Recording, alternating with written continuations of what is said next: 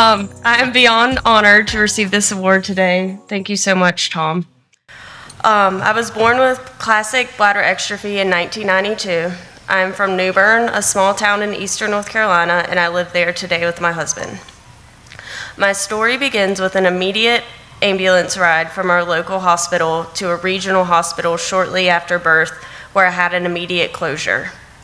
Unfortunately, the closure failed, which led to a referral to a major medical facility. There, I experienced a reclosure, osteotomy, and bladder neck reconstruction. However, at age 4, I developed blockages in my ureters. My parents, my mom especially, started researching doctors all over the US, and it led them to Dr. Gerhardt at Johns Hopkins. I became a patient at Hopkins at age 4, and I underwent major surgery that created a neobladder utilizing my intestines and mitrofanoff utilizing my appendix. My mitrofanoff is located where my belly button should be, and I was told to catheterize every 4 hours. I then became the youngest patient of Gerhardt's at the time to catheterize myself in October 1996. This was my biggest surgery. I was in Baltimore for 6 weeks total and 4 weeks in the hospital recovering.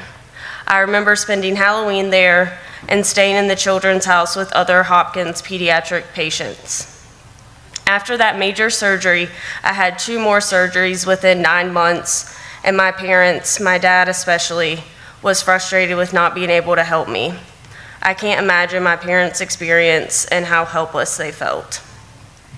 Honestly, I believe everything about my early years affected my parents much more than myself. I have only a few memories of being in the hospital and only 1 or 2 of being worried or being in pain. Since age 6, I have overall been healthy and continent, only having a handful of procedures and surgeries such as the vaginoplasty. I still have at least 1 surgery in the foreseeable future, which will be to correct uterine prolapse. Outside of the times I spent in the hospital, I lived a completely typical childhood. I never thought that I couldn't do something because of bladder exstrophy. I didn't feel like my parents treated me any differently than my siblings. I participated in a variety of activities such as gymnastics, dance, and t-ball, but committed to soccer and played my whole life on competitive travel teams. Although I didn't consider bladder exstrophy a huge issue in my daily life as a child, my family and I attended the annual Johns Hopkins bladder exstrophy picnics every summer. The picnics were something I always looked forward to attending throughout my childhood. Being around other patients with exstrophy made me feel as if I was never alone. My mom shared with me that when I was around 6 years old, I asked her, "Why don't my brothers and sister have bladder exstrophy too?" She responded by trying to explain how rare the condition is. I immediately came back with, "No, you're wrong. Didn't you see all those kids at the picnic?" I think this reaction proves that exposure and connection to other patients makes all the difference. From a very young age, I never felt alone in my exstrophy journey. I formed friendships there that are still supportive friendships today. Meeting up once a year and connecting over bladder exstrophy specific struggles was therapeutic for all of us. It was the only place in the world where everyone around me understood aspects of what I experienced as an exstrophy patient. During my teenage years, I was angry with my parents for being grounded a lot because I was a rule breaker, but I also became angry that I had bladder exstrophy. I didn't think it was fair that I was born with this birth defect, used the bathroom differently, and had scars from my surgeries. One of the hardest parts of growing up with bladder exstrophy for me was wearing a bathing suit in front of my peers. I realize now that my anxiety about people seeing my scars was so much worse than what actually happened, which was usually absolutely nothing. I have little to no anxiety about others seeing my scars today. Another issue that came up for me frequently as a teenager was forgetting my catheters. I now bring an abundance of catheters with me everywhere I go, and that is no longer a concern. My dad passed away my senior year of high school, and one of the best things he did for me as a parent was build my self-esteem. I have a vivid memory at the beach of my dad telling me he was proud of me for wearing a new bathing suit that showed my scars which is something I hadn't done before. I was overjoyed that he was proud of me, and I still hold on to that memory today. Over my lifetime, I've developed a passion for traveling and serving others.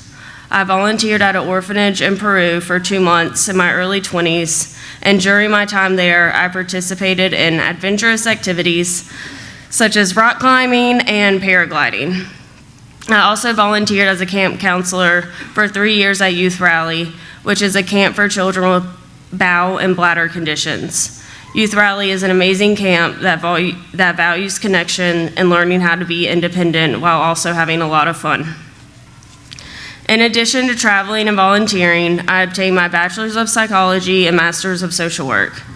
In between undergrad and grad school, I was a licensed foster parent in the state of Texas and fostered 12 children over a span of a year. And to be clear, I did not foster all of these children alone or at the same time. It was a group effort. I then worked as a social worker in multiple settings involving children and families, such as the Department of Social Services foster care, and as a clinical social worker in hospitals and schools. My husband and I got married in 2020 and now live in our hometown where we see our siblings, parents, nieces, and nephews on a regular basis. We enjoy spending time with our 2 dogs, 1 cat, and tons of plants. I am now the director of human resources for my family's business, and I am beyond lucky to work beside my mom and siblings every day. I strongly believe the best 2 things my parents did for me was constantly encourage me to be confident and connect me with the bladder exstrophy community. I cannot say enough how the emotional support from my family combined with the support from the bladder exstrophy community has helped me cope with challenges throughout my life. I have been diagnosed with 2 other conditions, celiac disease and vasovagal syncope. And unfortunately, bladder exstrophy didn't give me a free lifetime pass. I have been successful managing these conditions because of the skills and knowledge I obtained from navigating bladder exstrophy, such as scheduling appointments, advocating for myself, and putting my health first. Due to the positive impact the bladder exstrophy community has had on my development, I am motivated and dedicated to give back as much as I can. I have been honored to join Pam, Dr. Shukla, and the rest of the team on their annual workshop in India. The families that we meet are beyond grateful that we have traveled from the U.S. to help their children. The vast number of patients and families that are able to be seen in 1 week is truly unheard of in the States. My role there, along with Pam, was to provide emotional support to the families and patients. Some of the families travel from very far away, even from other countries, to be seen for their bladder exstrophy needs, from basic checkups to major surgeries. I wrote this quote down while I was processing the first day of my second trip. The mom who cried when she met Pam and I because she had never met another mom of a child with exstrophy or another exstrophy patient before meeting us. The sweet babies who stared into my eyes while being examined, and the teenage boys who were so excited to see us again. They are the reason we are here. I have so many memorable experiences from my trips to India. One is bouncing around a beach ball in the ward full of patients and families. Another one is having intense conversations with teenage patients about the responsibility of catheterizing and sanitizing catheters just a day or 2 before their mitrofanoff surgery. Another involves telling parents of an infant that bladder exstrophy is not a result of anything the mother did or didn't do during pregnancy.